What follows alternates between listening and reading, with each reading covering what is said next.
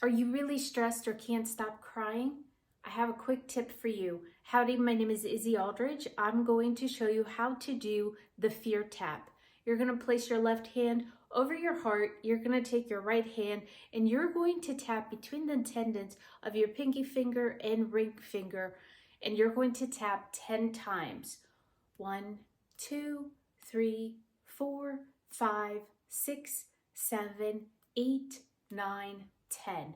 Now you're going to hold for 10 seconds to allow that energy to really filter in through your energy system.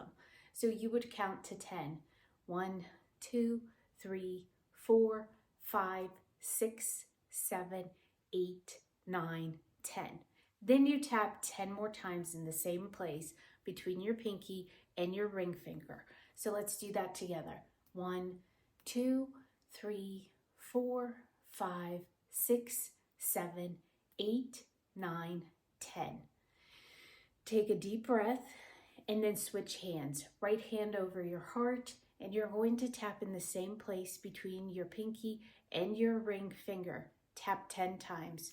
1, 2, 3, 4, 5, 6, 7, 8, 9, 10. You would wait 10 beats here. And don't forget, while you're doing this technique, to really breathe in through your nose and out through your mouth. I think that's about 10 beats, so let's tap 10 more times. 1, 2, 3, 4, 5, 6, 7, 8, 9, 10. It's as simple as that. You can do that as many times as you need to.